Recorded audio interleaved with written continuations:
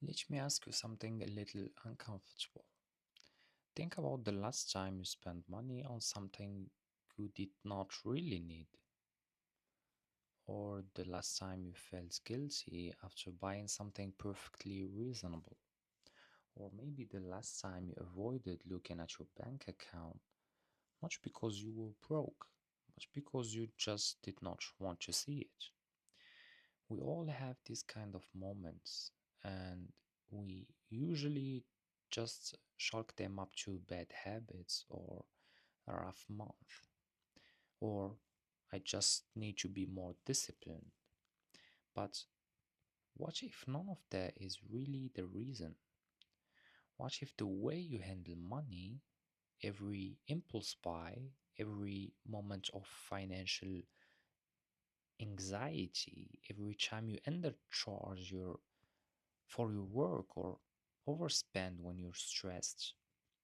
What if all of that is telling you something very specific about who you are and where you came from? Today's question: what does your relationship with money actually say about you?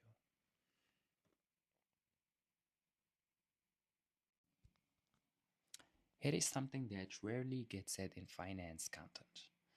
Most money problems are not actually math problems. We live in a world that treats finances as a knowledge gap. Like, if you just knew the right budgeting method, or the right investment strategy, or the right savings percentage, everything will fall into place. And true, knowledge matters. But if knowledge was really the main issue, then every accountant would be financially free. Every economist would be a millionaire. That's not how it works. The missing piece is psychology, specifically your psychology. The beliefs you absorbed about money growing up, the emotional states that trigger your spending, the stories you tell yourself about what you deserve, what's possible for you, and what money even means. There is a field called behavioral economics, and the core insight in this: humans are not rational about money. We never were. We make decisions based on emotions, childhood programming, social pressure, and identity. And then we come up with logical sounding reasons afterward to justify what we already did. Once you understand your emotional patterns around money, everything changes. Not because you suddenly become a financial genius, but because you stop being your own worst enemy.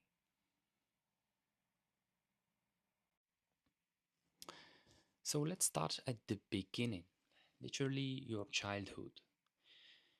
Psychologists use a term called money scripts. These are the beliefs about money that you formed before the age of about 10, mostly by watching and listening to the adults around you.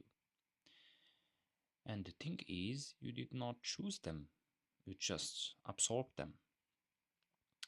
Some common ones are like money does not grow on trees, which sound practical, but in a child's mind, that becomes like money is scarce and stressful, and wanting it is dangerous.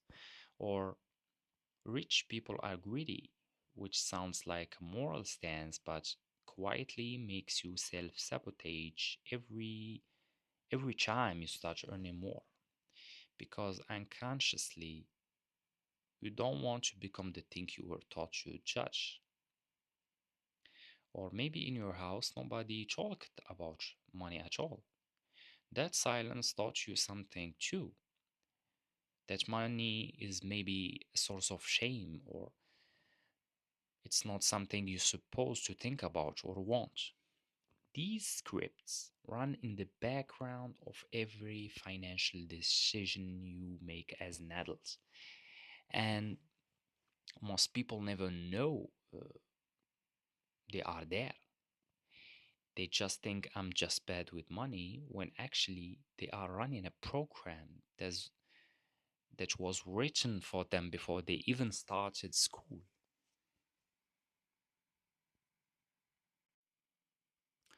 Now let's get into the patterns because this is where it gets really specific and really interesting. Financial psychologists have identified a few core money personalities. I want to walk through the main ones and I want you to honestly ask yourself which one you recognize in yourself. The first is the avoider. This is the person who does not open bank statements, who puts off sorting their finances, who gets anxious even thinking about money. The avoidance isn't laziness, it's protection mechanism, usually rooted in a belief that looking closely will confirm something terrible or that money is just too overwhelming to face. Avoidance feels like relief in the short term. In the long term, it's one of the most expensive habits a person can have. The second one is the spender, not just someone who buys things, but someone who uses spending as emotional regulation. Stress, buy something. Boredom, buy something. Celebration, definitely buy something. The purchase isn't really about the object, it's about the feeling it produces for about 10 minutes before the guilt kicks in.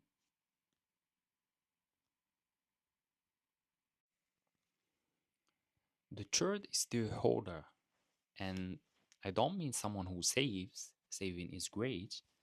I mean someone who genuinely afraid to spend anything, even when it would clearly improve their life, who feels physical anxiety at the end of a large purchase, even a small one, usually rooted in scarcity, either lived experience or not having enough, or the constant fear that security could disappear overnight.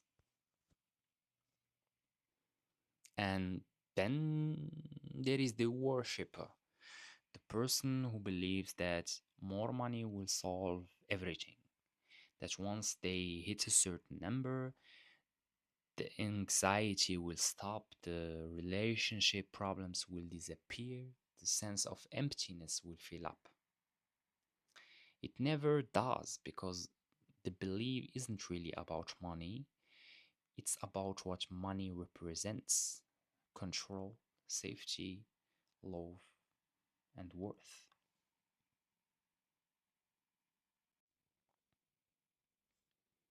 Here is the third angle, and this one is about identity, which I think is the deepest layer of all this. We don't just have beliefs about money, we have an identity around money, a sense of what kind of person we are when it comes to finances. And that identity is incredibly hard to change because the brain is wired to protect identity. So, acting against your self concept feels wrong, even when the action is objectively good for you.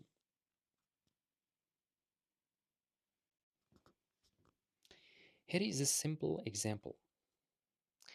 If your identity is I'm not a money person, maybe because you grow up artistic or because people in your cycle don't talk about money, or because you associate financial ambition with values you reject.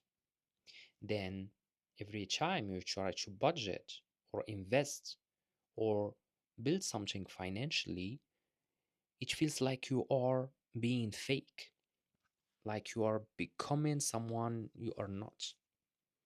So that's why you quit.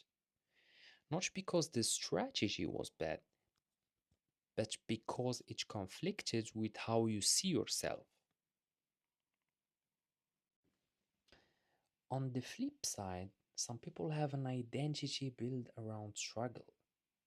We were never rich. People like us don't have that kind of money.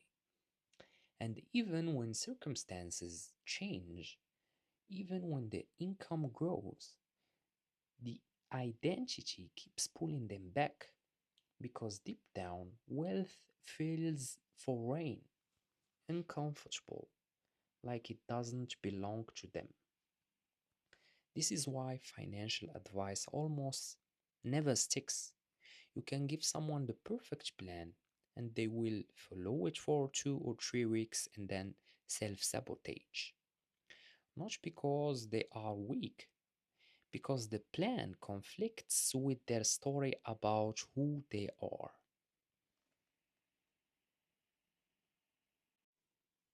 So, what does your relationship with money actually say about you? It says where you came from, the home you grew up in, the conversations that happens or didn't happen, the fears and values of the adults who shaped you. None of that is your fault. You didn't choose any of that. But here is the other half of the answer, which also shows you exactly where the work is. Because once you can see the patterns, once you can say, ah, I'm an avoider, or I use spending to manage my emotions, or I believe I'm not that kind of person who has money. Once you can name it, you can start to question it. And questioning it is where everything starts to shift. The goal isn't to become someone who is obsessed with money or cold and calculating about every euro. The goal is to become conscious, to make financial decisions from a clear, present tense version of yourself, not from a scared 10 years old running an old program in the background. The numbers matter, the strategies matter, but they only work when the person executing them has done enough inner work to not sabotage themselves at the finish line. That's the part nobody talks about. That's the real foundation of financial health. Here is your one thing for this week: not a budget to build, not an account to open, just one honest question to sit with. Think back to how money was treated in your home growing up. Not what was exactly said, but what was felt. Was it a source of stress, pride, shame? Was it never mentioned at all? Was there always enough, or was there always the fear of not having enough? And then ask yourself, how much of that is still running in me today? You don't need to fix that in this week, you just need to see it because you can't rewrite a program you don't know is running. That's it for today. If this made you think about something you would never really looked at before, share it with someone who needs to hear that. I will see you in the next one.